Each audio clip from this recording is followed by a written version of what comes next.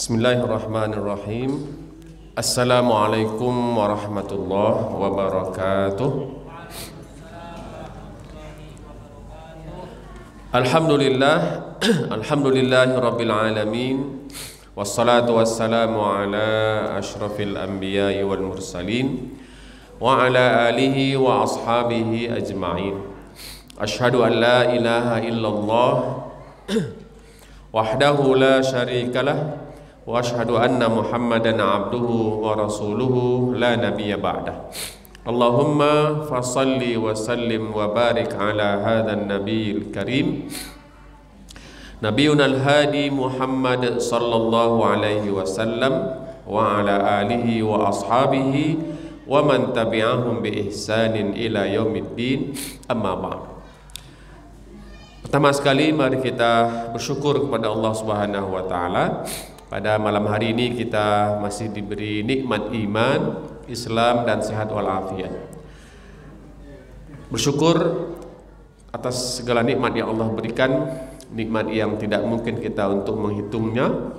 Sebagaimana Allah sebutkan dalam Al-Qur'an, A'udzu billahi minasyaitonir rajim, wa in ta'uddu ni'matallahi la tuhsuha.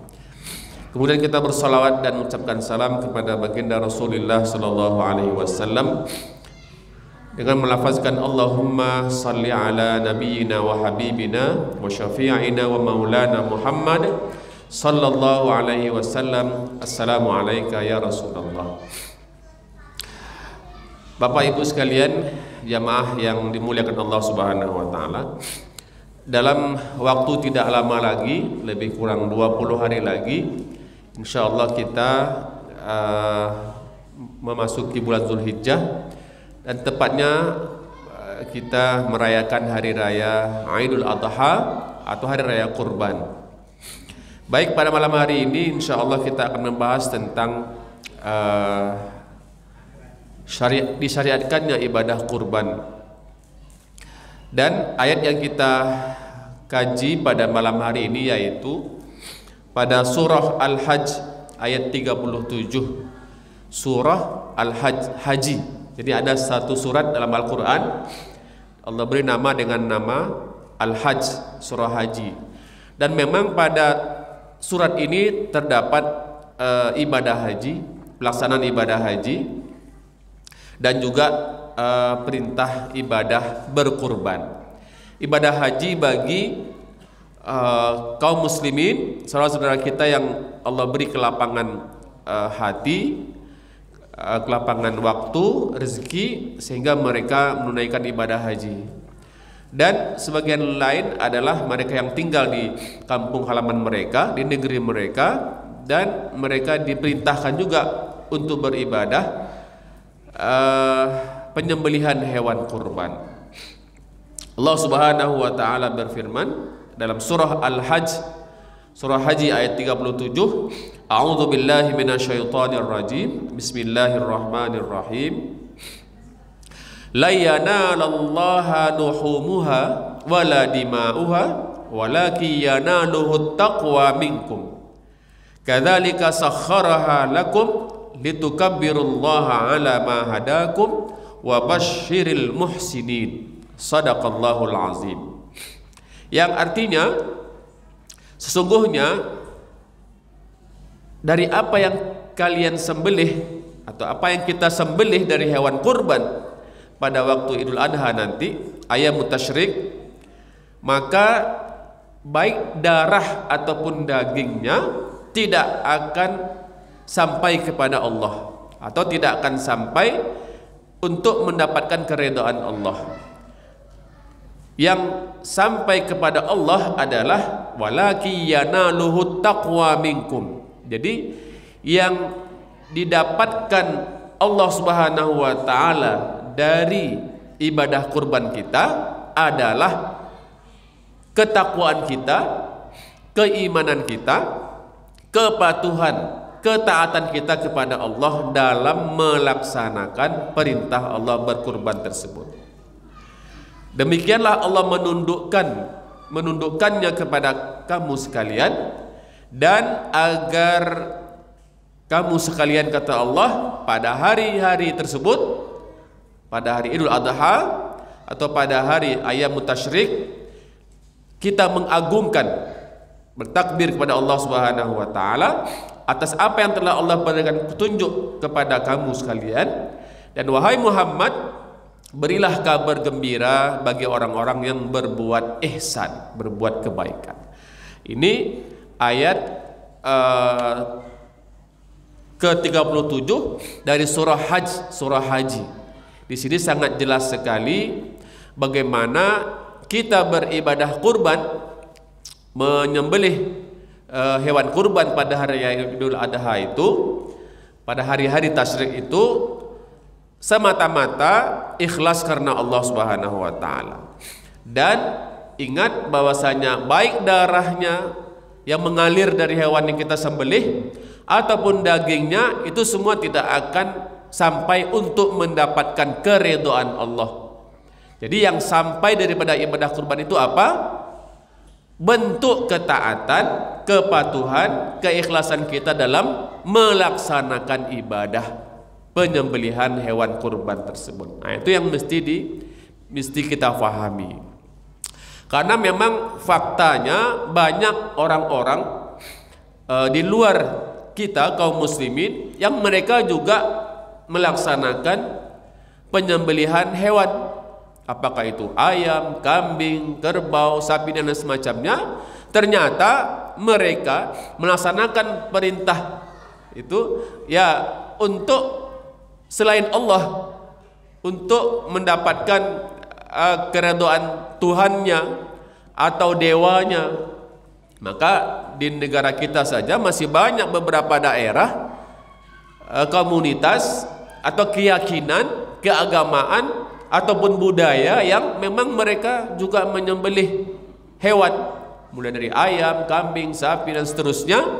Kemudian setelah itu mereka ada yang namanya penyerahan hewan-hewan tersebut, baik itu darahnya ataupun dagingnya, baik yang mentah ataupun yang sudah masak, diperuntukkan untuk siapa? Diperuntukkan untuk Tuhan-Tuhan mereka, untuk dewa mereka, baik itu penjaga gua, penjaga pantai, penjaga laut. Nah, itu banyak. Nah, ini semua adalah kesyirikan, syirik. Nah, dalam Islam ini dibenarkan, artinya diluruskan. Jangan sampai termasuk dalam hal kita beribadah penyembelihan hewan kurban itu menyimpang tujuannya, niatnya. Maka kata Allah, tujuannya adalah semata-mata mendapatkan ridha Allah Subhanahu wa taala, bentuk kepatuhan, ketaatan kita dalam melaksanakan perintah Allah yang namanya apa? Ibadah menyediakan hewan sembelihan yang disebut dengan kurban. Kurban dari bahasa Arab, dari kata qaraba atau qaruba, qarib artinya dekat. Tujuannya apa? Tujuannya adalah untuk mendekatkan diri kita kepada Allah Subhanahu wa taala. Jadi bukan darahnya itu nanti kita kumpulkan, kemudian ini untuk Allah, ini untuk Tuhan, dagingnya juga kita pisahkan sebagian untuk Tuhan. Tidak. Yang diterima, yang didapatkan oleh Allah dari sembelihan ya kurban kita itu apa? Ketakwaan kita. Jadi artinya ibadah itu tujuannya untuk menambah ketakwaan kita, menambah keyakinan kita kepada Allah Subhanahu wa taala, agar kita lebih dekat dengan Allah Subhanahu wa taala. Jadi Bapak Ibu, semua amal ibadah yang kita kerjakan semuanya berujung kepada apa?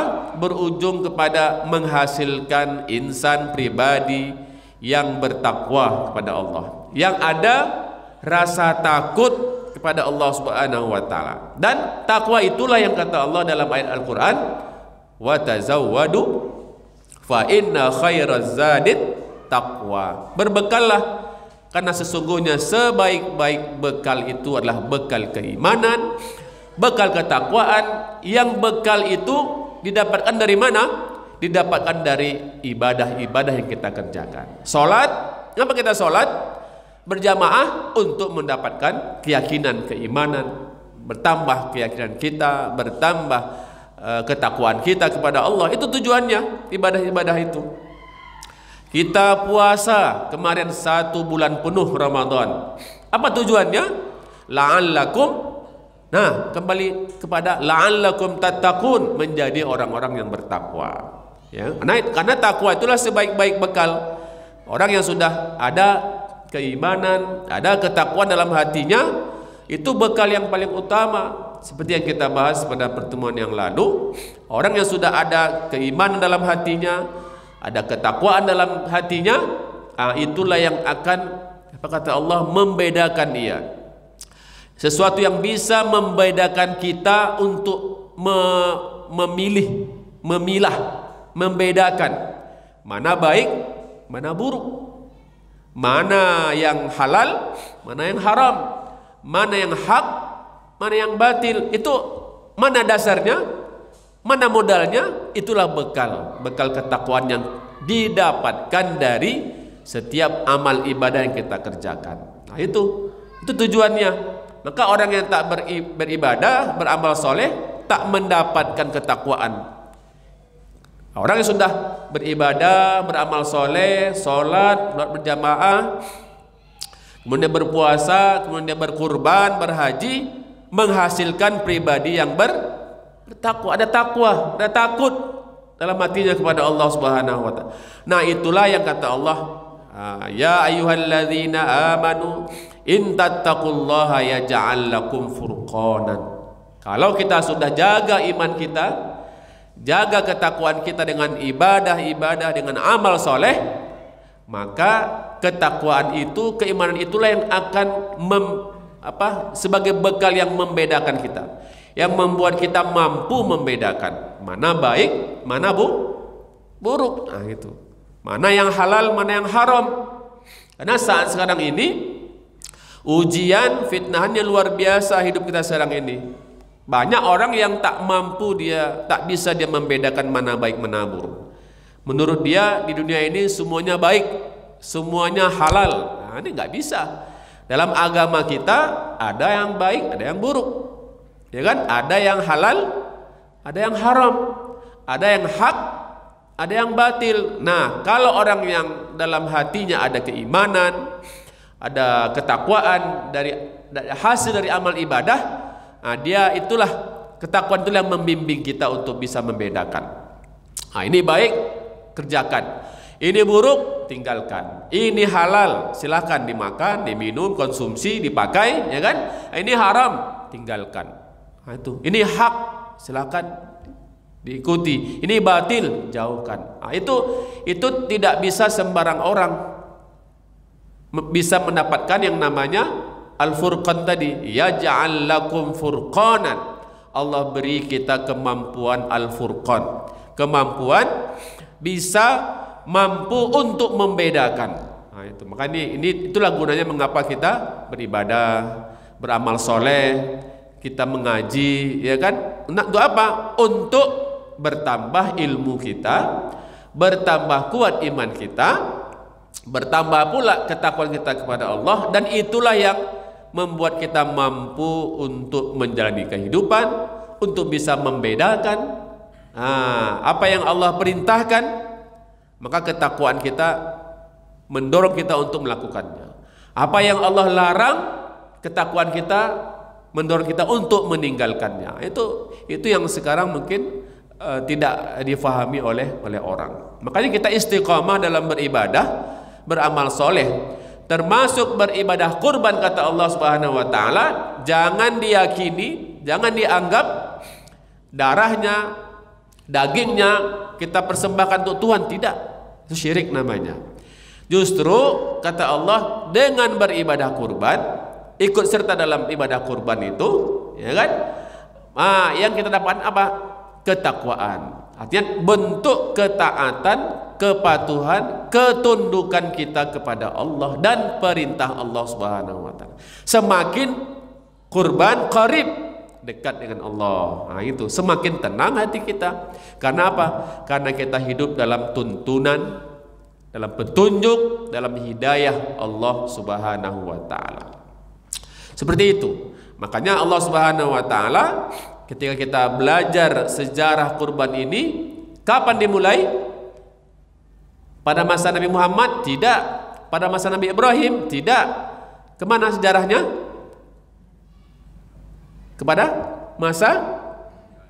Pada masa Nabi Adam alaihissalam, ketika Allah perintahkan ibadah kurban ini kepada kedua putra Adam.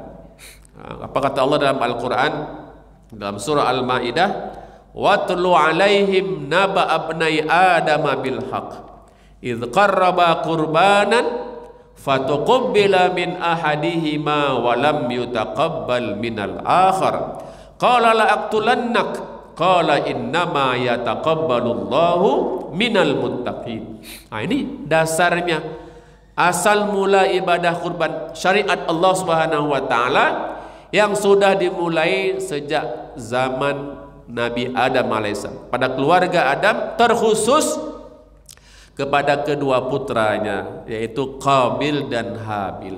Nah, di situ dimana Allah ceritakan bahwasanya Qabil dia melaksanakan perintah Allah, mempersiapkan sembelihan kurban, tetapi dia tidak karena Allah. Nah, itu tidak karena Allah, dan dia pun menyediakan hewan kurbannya apa adanya, tidak yang terbaik.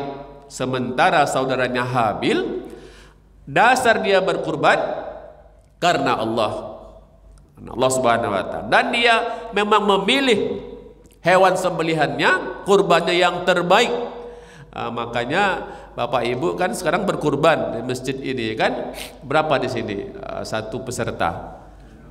2.600.000. Bisa nggak itu mendatangkan hewan sembelihan sapi atau kerbau yang terbaik?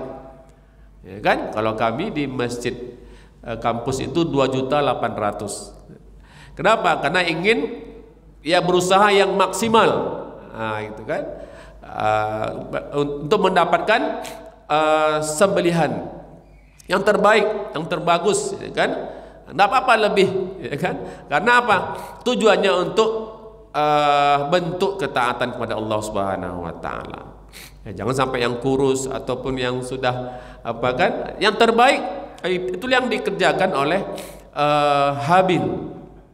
Nah, disinilah muncul, Allah kisahkan dalam Al-Quran tersebut, mulailah ada kedengkian, ada iri hati dalam diri Qabil, sampai dia melihat saudaranya seperti itu, maka setan pun membisikkan ke dalam hatinya, ke dalam jiwanya, sehingga berniat dia untuk membunuh saudaranya. Sehingga Qabil berkata kepada saudaranya Habil, qala la aqtulannak, kalau seperti ini saya akan bunuh kamu.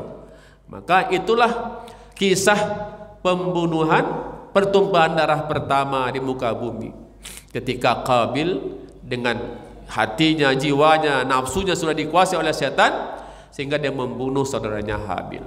Nah, maka Habil mengatakan, innama yataqabbalullahu minal muttaqin. Ingat wahai Qabil, sesungguhnya Allah hanya menerima ibadah, amal soleh, kurban, dasarnya adalah muttaqin. Innama yataqabbalullahu minal muttaqin. Dasarnya itu adalah ketakwaan.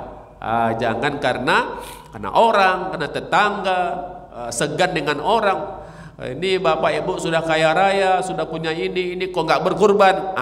Lepaskan niat, bukan karena orang atau didengar orang, semata-mata kita ikut dalam peserta kurban karena Allah. Itu kenapa? Karena itulah dasar diterimanya amal ibadah kita, termasuk amal kurban kita. Innama yataqabbalullahu minal muttaqin. Sesungguhnya, kata Habil kepada saudaranya, sesungguhnya Allah hanya menerima ibadah yang dasarnya itu adalah ketakwaan. Nah, itu kalau kita lihat kisah bagaimana disyariatkannya ibadah kurban. Dan dengan peristiwa itu juga disyariatkannya yang namanya penyelenggaraan jenazah. Ya, ketika Habil dibunuh oleh Qabil, Qabil bingung, ya kan? Galau, risau, bagaimana ini? Bagaimana? Karena dia sudah menyesal, sudah membunuh saudaranya, dan dia tidak tahu bagaimana cara menyelenggarakan saudaranya, jenazah saudaranya yang sudah mati terkapar yang dia bunuh. Maka singkat kisahnya, Allah utus apa? Allah utus burung. Burung apa? Burung gagak, al-ghurab. Fa ba'atsallahu ghuraban yabhasu fil ard liyuriyahu kaifa yuwari sawata akhi. Fa asbaha minan nadimin. Maka Allah utus kepada seorang Qabil yang berbuat kriminal, membunuh saudaranya Habil, seekor burung gagak. Yang burung gagak itu membawa saudaranya burung gagak yang sudah mati juga. Kemudian dia lihat bagaimana dia menggali-gali lubang, bagaimana dia menguburkan gagak yang sudah mati, maka dia pun mendapatkan. Itu seperti itulah Allah mengajarkan kepada Qabil bagaimana penyelenggaraan jenazah manusia. Maka itu syariat juga. Sehingga Islam, ya, para nabi dan rasul tidak ada mengenal penyelenggaraan jenazah selain menguburkan ke dalam tanah. Kenapa? Karena kita ini adalah makhluk dari unsur tanah, maka harus kembali ke tanah. Tidak ada istilahnya seperti orang-orang meletakkan mayat itu di bukit-bukit, dimakan oleh burung-burung pemakan bangkai, ataupun ada yang dibuang ke laut. Itu tidak ada. Maka Islam sudah mengajarkan bagaimana dalam hal beribadah, berkurban, bagaimana penyelenggaraan ibadah semenjak dari masa Adam alaihissalam. Kemudian Bapak Ibu sekalian yang dimuliakan Allah Subhanahu wa taala, maka itu menjadi niat kita. Jangan sampai salah niat dalam beribadah. Niatnya apa? Niatnya adalah karena Allah, mendapatkan redha Allah Subhanahu wa taala. Ya. Karena ada juga kita lihat sekarang ini atau beberapa tahun terakhir, dulu-dulu umpamanya kan, kalau ada orang membangun rumah, ya kan, atau bangun ruko, dia juga katanya menyediakan sembelihan, betul kan? Nanti di atap di atas itu dia sembelih hewannya, apakah itu ayam, kemudian nanti darahnya dia dicecerkan ke tiang-tiangnya itu. Nah, kan? Apa tujuannya?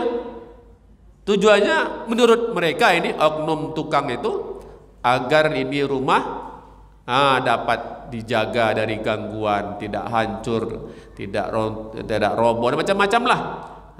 Ini sudah syirik, karena yang menjaga kita, menjaga rumah kita adalah Allah Subhanahu wa taala. Tidak ada sampai apapun, baik darahnya ataupun dagingnya itu sampai kepada Allah. Tidak, justru yang Allah dapatkan dari ibadah kurban kita apa? Ketakwaan kita kepada Allah, rasa takut kita kepada Allah, bentuk ketaatan, kepatuhan, ketundukan kita kepada Allah Subhanahu wa taala, dan semakin dekat kita kepada Allah Subhanahu wa taala. Bapak Ibu sekalian yang dimuliakan Allah Subhanahu wa taala, itu bagaimana ibadah kurban pada masa Qabil dan Habil, ya kan? Dasarnya ketakwaan juga kepada Allah Subhanahu wa taala. Allah terima ibadahnya Habil. Dasarnya apa? Karena ketakwaan pada Allah, patuh tunduk kepada perintah Allah. Kemudian Habil diterima kurbannya, kenapa? Karena dia mempersembahkan hewan kurban terbaik, ya kan? Terbaik itu artinya dia jaga betul syarat-syaratnya, hewan-hewan kurban yang memang layak untuk dikurbankan, tidak sembarang saja, ada kriteria umurnya dan seterusnya. Bapak Ibu sekalian yang dimuliakan Allah Subhanahu wa taala, maka ibadah kurban ini pun berlanjut kepada Nabi Rasul seterusnya, sampailah kita dapatkan dalam Al-Quran ketika dalam surah As-Saffat ayat 102. Di sini Allah menceritakan bagaimana berkurbannya keluarga Ibrahim alaihissalam. Ini kisah yang sangat terkenal sekali dalam yang kita baca, kita dengar, bagaimana hidup ini memang penuh dengan pengorbanan, berkurban, mendekatkan diri pada Allah. Dan dalam berkurban, dalam hidup ini juga penuh yang namanya pengorbanan. Berkurban itu pengorbanan juga, ya kan? Pengorbanan harta, pengorbanan waktu bagi panitia, bagi masjid, semuanya. Tidak ada kehidupan ini tanpa ada perjuangan. Dan setiap yang namanya perjuangan pasti ada pengorbanan. Pengorbanan harta, pengorbanan jiwa, pengorbanan waktu, tenaga, pikiran, semua itu. Dan itulah tuntutan Allah kepada kita. Bukti kita iman kepada Allah, apa yang Allah perintahkan kita berusaha untuk menunaikannya, itu kan? Maka kita lihat bagaimana berkurbannya Ibrahim alaihissalam, dan dengan kehidupan yang penuh dengan pengorbanan. Bagaimana kita melihat ketika Ibrahim pada masa tuanya, dia berharap ada anak yang bisa melanjutkan risalah kenabiannya, yang bisa memakmurkan Masjid Al-Haram, ya kan? Baitullah Makkah Al-Mukarramah, dan juga bisa meneruskan risalah pada keturunannya. Bukan hanya sebatas ingin punya anak, tetapi juga anak yang mewarisi keimanan. Nah itu, dia tidak sebatas punya anak, tapi anak yang bisa mewarisi keimanan. Makanya beliau berharap pada masa tuanya, berharap ketika beliau menikah dengan Siti Hajar memiliki anak. Sudah mungkin hampir putus asa, tapi beliau tidak pernah putus asa dari rahmat Allah Subhanahu wa taala. Ya, bagaimana dia mengatakan sudah tua, tetapi Allah berkehendak. Kalau sudah Allah berkehendak, tidak ada yang tidak mungkin, ya kan? Innama amruhu idza arada syai'an ay yaqula lahu kun fayakun. Maka ketika beliau masa tuanya sudah beruban, sudah lemah, Allah karunia dia anak, ya kan? Ketika anak ini sudah mulai beranjak dewasa, Allah minta kepada Ibrahim untuk berkorban, mengorbankan anaknya Ismail. Nah, ini yang Allah kisahkan dalam surah As-Saffat ayat 102.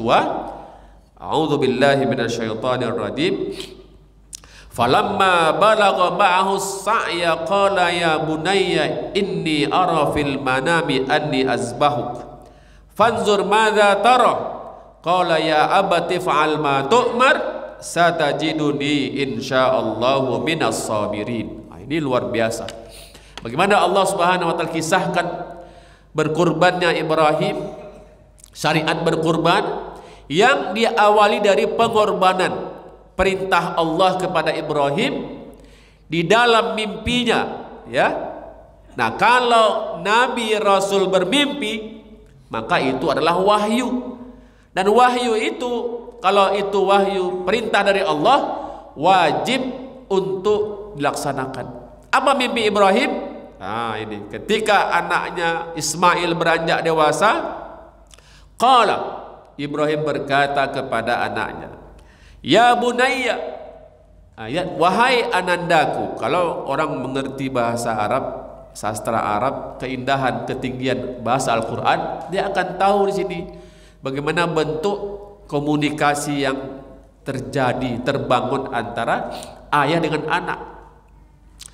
Walaupun dalam melaksanakan perintah Allah tak serta-merta langsung dilaksanakan, tetap Ibrahim sang ayah meminta pendapat anaknya, ya kan? Jadi ini pelajaran yang sangat luar biasa. Bagaimana kita harus membangun komunikasi, silaturahim, berbincang, berdialog dengan anak, suami, istri, orang tua, anak itu harus. Termasuk Ibrahim alaihissalam. Apa kata Ibrahim? Qala ya bunayya, wahai anandaku. Ya, panggilannya pun ya bunayya, bukan wahai anakku, tapi wahai anandaku, bunayya. Kalau anak, wahai anak, ya ibni, wahai anakku. Ini tidak, ini dalam bahasa ya bunayya itu dalam bentuk panggilan yang penuh dengan kasih sayang, panggilan yang penuh dengan pengayoman. Ya, memanggil anak itu harus dengan panggilan yang bisa mendekatkan diri kita, hati kita dengan mereka. Jangan panggil apa namanya, panggilan yang tidak jelas atau kasar atau merendahkan mereka, tidak. Tapi harus panggilan yang menghadirkan kedekatan, keakraban, seperti itu. Seperti Ibrahim mengatakan, ya bunayya, apa? Inni ara fil manami anni azbahu. Wahai anandaku Ismail, aku melihat dalam mimpiku, apa? Aku melihat bahwasanya aku menyembelihmu. Aku diperintahkan Allah untuk menyembelihmu. Nah, kalau perintah ini dari Allah, walaupun dalam mimpi, itu harus ditunaikan, karena itu mimpi Nabi. Berbeda dengan mimpi kita. Kita kalau mimpi ada perintah untuk menyembelih anak, jangan. Itu bukan perintah Tuhan, itu perintah setan itu. Jangan diikuti. Nauzubillah min zalik. Apakah kata Ismail alaihissalam, dan Ibrahim meminta pendapat anaknya Ismail. Fanzur madza tara, bagaimana pendapatmu kira-kira wahai Ismail? Ini perintah Allah ini, walaupun dalam mimpi. Tetapi lihat bagaimana Ismail yang anak tumbuh dewasa, tumbuh dengan keimanan, tumbuh dengan ilmu pengetahuan, tumbuh dengan ketaatan kepada Allah Subhanahu wa taala. Dia menjawab dengan keyakinan, menjawab dengan kemantapan iman. Qala ya abati, Ismail berkata, wahai abahku, abati, wahai ayahandaku, if'al ma tu'mar satajiduni insyaallahu minas sabirin. Wahai ayahandaku, kalau memang itu perintah Allah Subhanahu wa taala, if'al, lakukanlah, kerjakanlah. Dan engkau wahai ayahandaku akan mendapatkan aku sebagai orang-orang yang bersabar. Nah, seperti itu keimanan Ismail alaihissalam ketika diminta pendapatnya oleh ayahnya Ismail alaihissalam. Lihat bagaimana perjuangan, pengorbanan antara ayah dan anak dalam melaksanakan syariat perintah Allah Subhanahu wa taala. Makanya ketika Ibrahim akan menyembelih anaknya ini, ya, maka ada yang mengganggunya, ada yang menggodanya, ada yang ingin menggagalkan Ibrahim untuk melaksanakan perintah Allah. Itu artinya apa?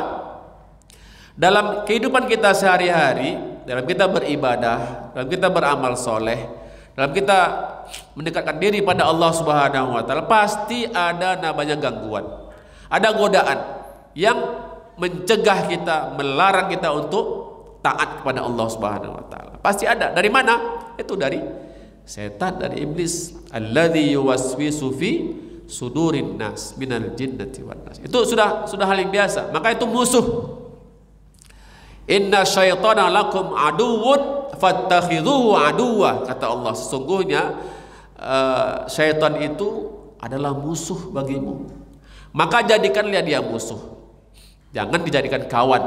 Nah, ya, yang namanya syaitan iblis akan selalu menghalangi kita untuk beribadah, melaksanakan perintah Allah Subhanahu wa taala. Sebagaimana iblis berusaha terus menggoda, merayu, menggagalkan Ibrahim. Makanya kita mengenal sejarah yang namanya melontar jumroh, ya kan? Di mana? Di Sofa, di Mina, ya kan? Apa itu? Itu simbol permusuhan yang abadi antara kita manusia dengan iblis, dengan setan.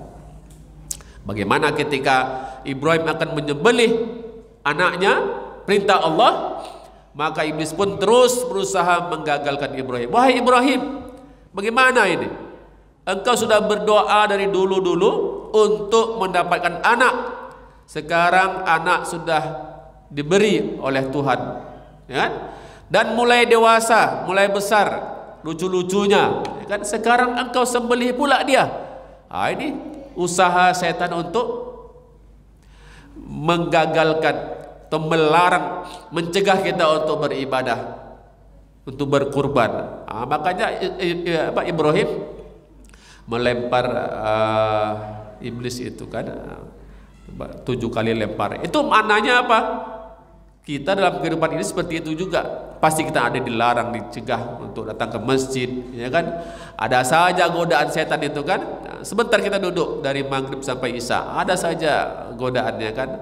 Oh, ini belum selesai kerjaan di rumah, kita ngopi dulu, ngerokok dulu, macam-macam lah, ya kan? Kita banyak lebih enak kita duduk di rumah saja. Ini macam-macam.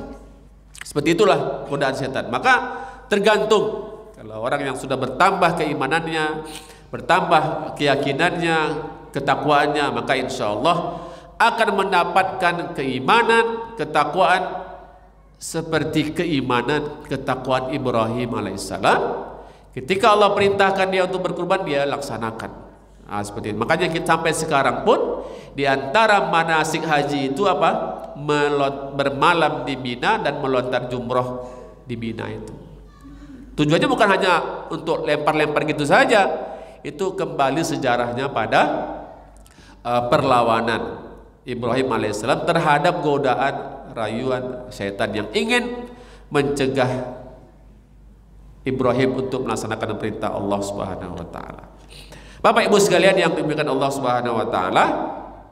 Nah, tentu di sini kita lihat apa? Keimanan yang kuat, ketakwaan, kepatuhan kepada Allah Subhanahu wa taala ternyata berbuah hasil.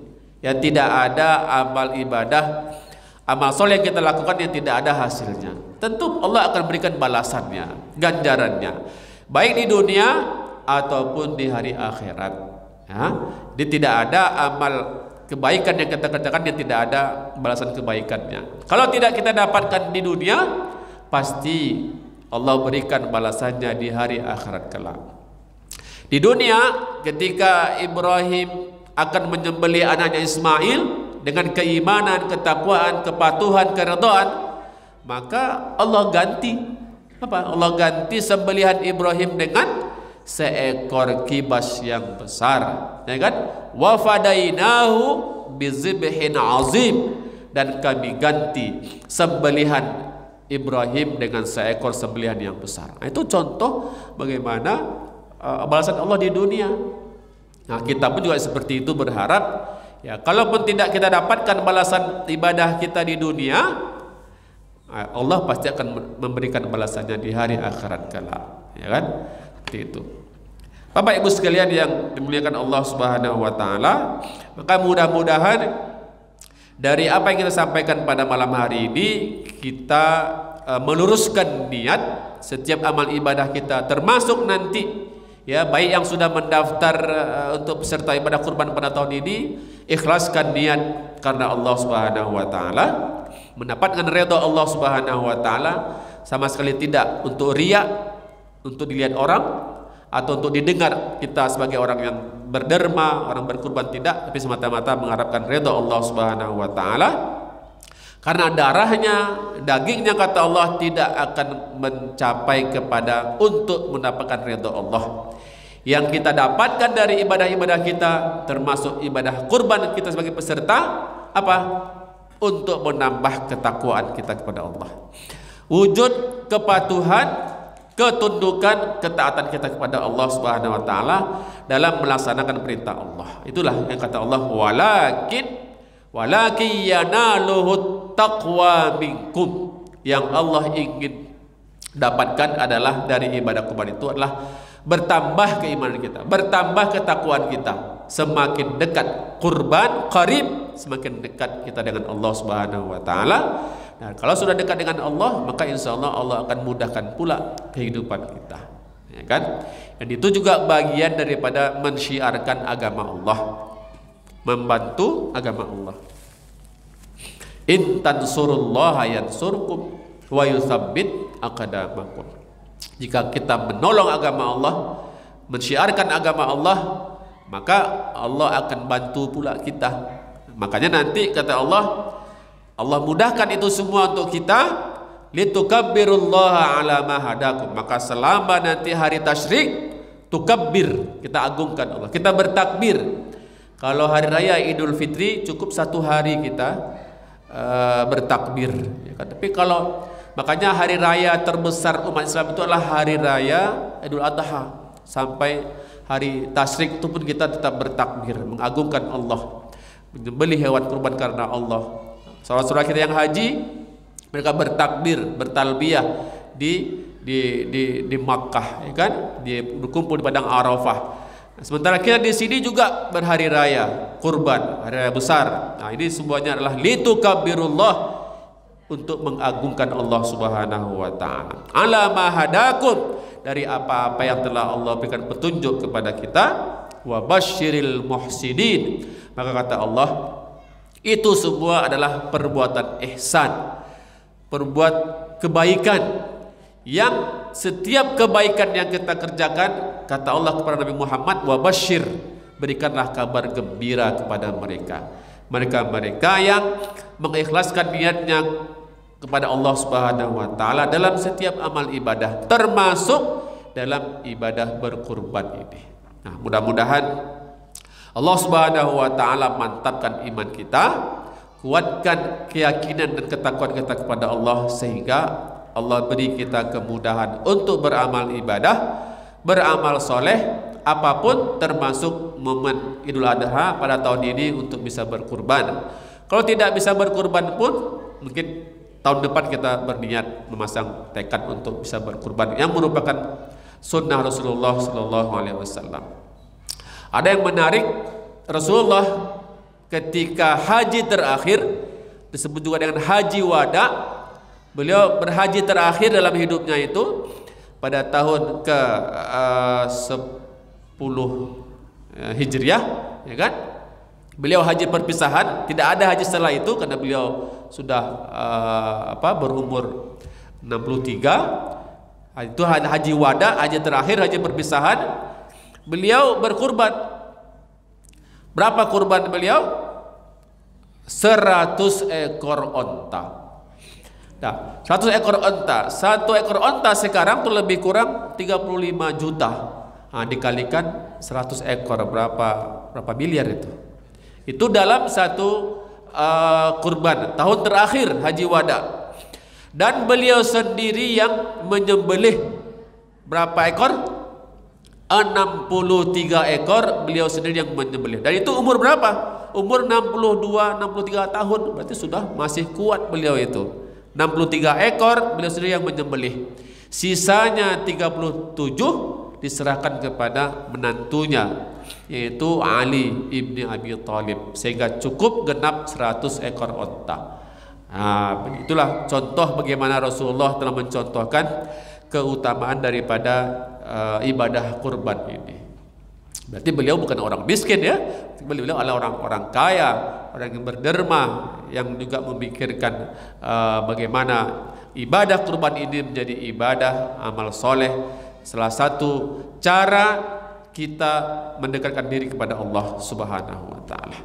Demikian Bapak Ibu yang dapat saya sampaikan. Mudah-mudahan ada manfaatnya, bertambah keimanan, ketakwaan dan amal ibadah kita kepada Allah Subhanahu wa taala. Dan ini adalah bagian dari kita mengagungkan, mensyiarkan agama kita, agama Islam. Mudah-mudahan Allah berikan kita kemudahan untuk itu. Amin ya rabbal alamin. Mari kita tutup kajian kita pada malam hari ini untuk mendapatkan keberkahannya dengan doa kafaratul majlis. Subhanakallahumma wa bihamdika asyhadu an la ilaha illa anta astaghfiruka wa atubu ilaik. Mohon maaf atas segala kekurangan dan kekhilafan. Wassalamualaikum warahmatullahi wabarakatuh.